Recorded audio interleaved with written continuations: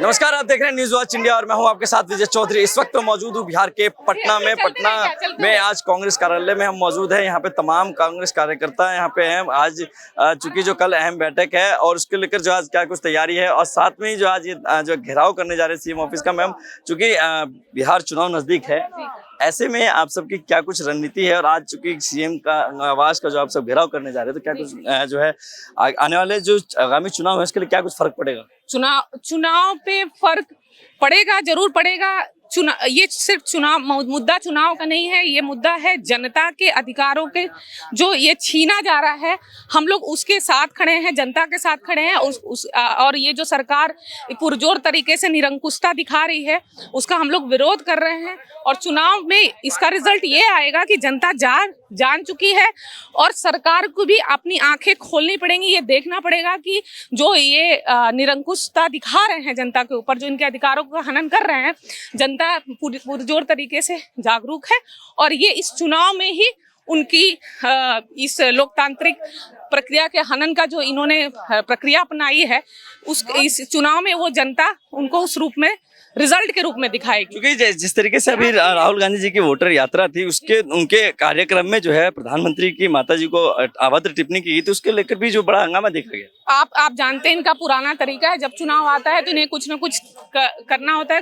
कहीं ना कहीं बाद में फिर ये डिस्क्लोज होता है कि उनके ही आदमी थे, उनके ही द्वारा कराई गई चीजें थी। तो इनके पास तरीके हैं, जब भी चुनाव आता है तो कुछ ना कुछ ऐसा करना है, चाहे वो धर्म के मुद्दे पे लेके, चाहे जाति के मुद्दे पे लेके, चाहे इस तरह के मुद्दों पे लेके ये करके। और हमारे मेन मुद्दे एसआईआर का मुद्दा था, उसे बरगलाने का ये तरीका। तो इस पे बहुत बातें करने का कोई मतलब नहीं है। मैम एक सवाल हो रहा है, चूंकि आप सब सीएम का आवास का घेराव करने जा रहे हैं तो कितने आगे तक जाएंगे? क्योंकि आगे तो सीएम के आवास तक तो जाने देते नहीं है, तो इसके बाद क्या इस बार लगता है कि पिछले बार भी आपने किया था? ये लाठी डंडे की और बुलडोजर की सरकार है, तो इनका काम है वो जो इनके पास तरीका है वो अपनाएंगे। लेकिन हम लोकतांत्रिक प्रक्रिया में हम जनता के साथ खड़े रहे। हमारी पार्टी स्वतंत्रता से पहले भी खड़ी रही, बाद में भी जनता की आवाज उठाई। तो हम इसी तरीके से अपने जो तरीके हैं, हमारे जो लोकतांत्रिक प्रक्रिया के तहत जो हमारे तरीके हैं उसको हम आगे बढ़ेंगे और विरोध करते रहेंगे जब तक कि आपका ऐतिहासिक कल कार्यक्रम है।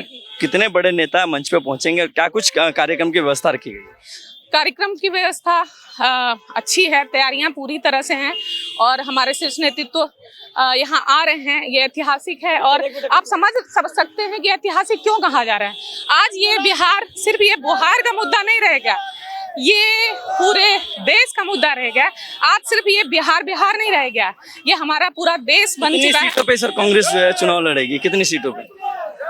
ये हमारे शीर्ष नेतृत्व का डिसीजन है। मैं उसमें ये नहीं कह सकती, उनका डिसीजन है। दोनों महागठबंधन आपस में स्वेच्छा से हेल्दी तरीके से वो बात कर रहे हैं। जिनके से जो आएगा वो लड़ेंगे और जो उनके डिसीजन होंगे। क्या लगता है बिहार में इस बार चुनाव है, क्या लगता है कांग्रेस का? बड़ा बदलाव होगा क्योंकि बदलाव आ चुका है।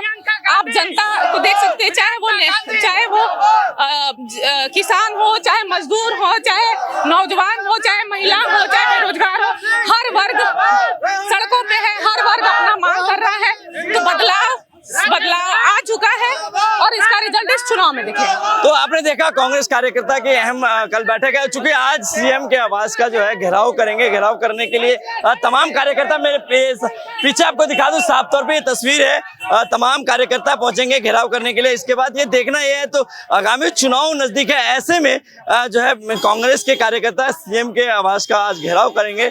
देखना यह है कि आगे इनका क्या कुछ रहेगा, कैसे जो है चुनाव को लेकर ये बड़े कल इनकी प्रोग्राम में बैठक है, बड़े नेता यहाँ मौजूद रहेंगे। बिहार चुनाव में इनके बड़े वादे हैं, क्योंकि इनका साफ तौर पर कहने की इस बार जो है बिहार के अंदर कांग्रेस जो अपनी पुनः सरकार बनाएगी। तमाम खबरों से बने रहे, कैमरामैन प्रदीप के साथ Vijay Chaudhary, news watch India, Bihar.